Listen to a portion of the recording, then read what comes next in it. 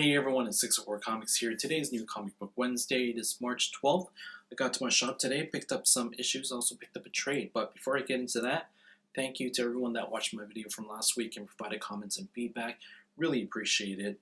Thank you for all the support of the new format of the videos and all the comments and such. And I'm going to try to continue making videos that you enjoy.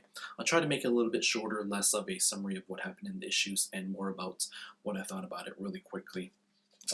But let's go and take a look at it and see what I got today. I got She-Hulk by Dan Slott, the Complete Collection Volume 1. This collects issues 1 through 12 from his 2004 run, and also collects issues 1 through 5 of his 2005 run.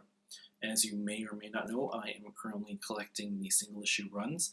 I don't have them all, so I decided to pick up the trade because this is going to be a much easier way to read the Dan Slott run for She-Hulk, and it's a really nice trade. It's got a nice width to it, a lot of content, so it makes it feel like you're getting your money's worth for this.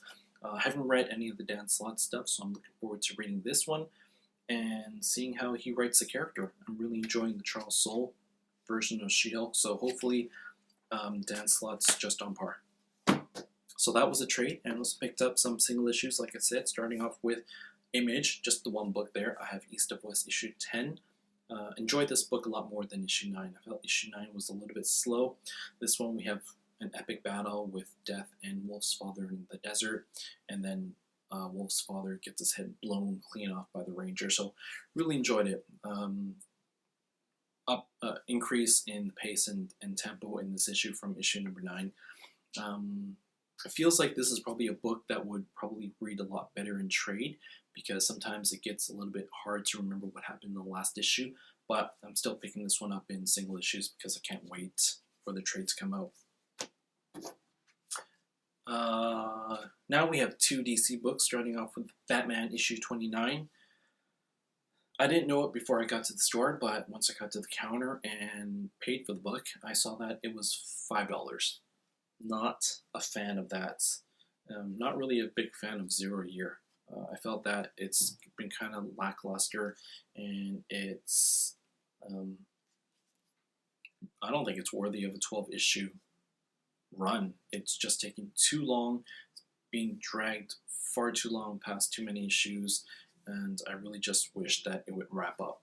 This one throws a little bit of an origin story leading up to the moments before Bruce Wayne's parents die, and Scott Snyder ties that into the current happenings in Gotham City and Riddler. But still, for $5, I need a lot more, Scott. I need a lot more.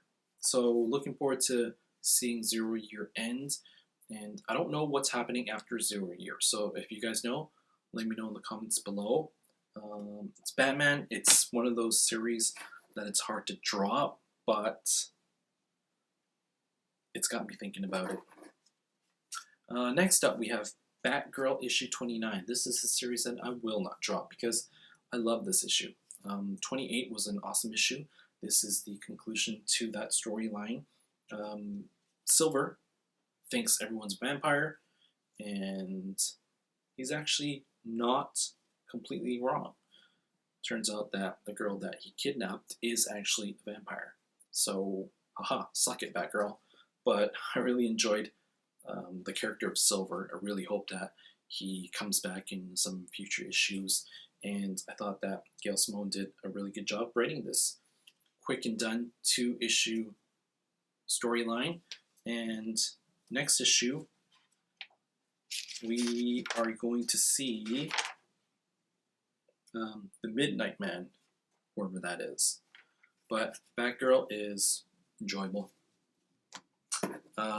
Then we have some DC books. No, we have some Marvel books. Starting off with Superior Foes of Spider-Man, issue number 9. Fun is the word I'll use to describe this. Written by Nick Spencer. If you guys aren't picking this one up, it's only $3. You'll get a laugh or two. Nothing too serious. I enjoy it. It's got ridiculous moments that could only happen with the Sinister Six, made up of only 5 supervillains. So go and read this. Superior Foes of Spider-Man, issue number 9. Next, we have all new we have issue 24 of All New X-Men. This is part 5 of the trial of Jean Grey. In the last issue of this storyline, which was in Guardians of the Galaxy issue 14, I might be wrong, but in part 4 of the storyline, Jean Grey's on trial in the Shi'ar Tribunal Council, I guess is what it's called. And in this issue, the All New X-Men team and Guardians of the Galaxy go and try to rescue her. She breaks free, and the team arrive in the Shi'ar Empire, and they beat a whole bunch of people up. And then Jean Grey seems to have a glimpse of the Phoenix within her. So that was pretty interesting. So I'm looking forward to seeing how this storyline concludes with part 6 of the trial of Jean Grey, to be concluded in Guardians of the Galaxy issue number 13. So I was wrong. All the X-Men, enjoying it, and I really enjoy the really quick crossovers that are done in 1 or 2 months, unlike something like Batman that continues for over a year. So All New X-Men, if you aren't reading it, you might want to check it out. So that was just the appetizers, some of the stuff that I had to read through in order to get to this one, which was the main course of the week. We have Captain Marvel, issue number 1. Been waiting for this for a long, long time. Last issue, Captain Marvel, issue number 17, came out back in November. So it's been, what, December, January, February, almost 4 months of waiting. But Captain Marvel is finally back, still written by Kelly Sue DeConnick. And did you guys see the adorable Scotty Young cover? This is adorable. Had to pick this one up, for sure. I'm just admiring it. I'm just going to hold it right there and show them both at the same time. Captain Marvel, it's Kelly Sue DeConnick. If you aren't reading it, then you should go check it out. I really enjoy her writing, especially for the Captain Marvel character. Actually, I'm just going to put it down. I think she really gets the character, and she writes her really well. This one is talking about, I guess, some of the events that happened, or this is talking about some of the events that will happen in the future. It kind of gives us a teaser as to what happens once she joins Guardians of the Galaxy. For those of you that don't know, that will be happening pretty soon. But I just liked the interaction between Captain Marvel and Iron Man. Iron Man is featured quite a bit in this issue. She's living in the Statue of Liberty, so that's pretty cool. And apparently she's living there with Kit, who's the little girl that always tags around with Captain Marvel in the previous series. It's going to be a biased review. Go and buy this book. It's just amazing. It's Captain Marvel. You need to support this.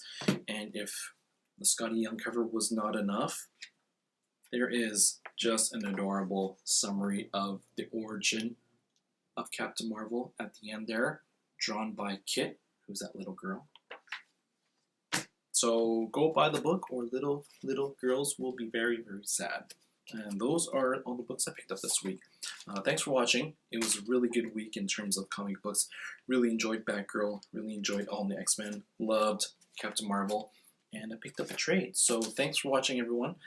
Hope you guys got to your shops and picked up all your books. I know some of my friends out there on the East Coast didn't pick it up because of some crazy snowstorm happening. So hopefully you guys get your books before the end of the week and have some good stuff to read for that weekend. 604 Comics, thank you again, everyone, for watching and all your support. And I will catch you guys later.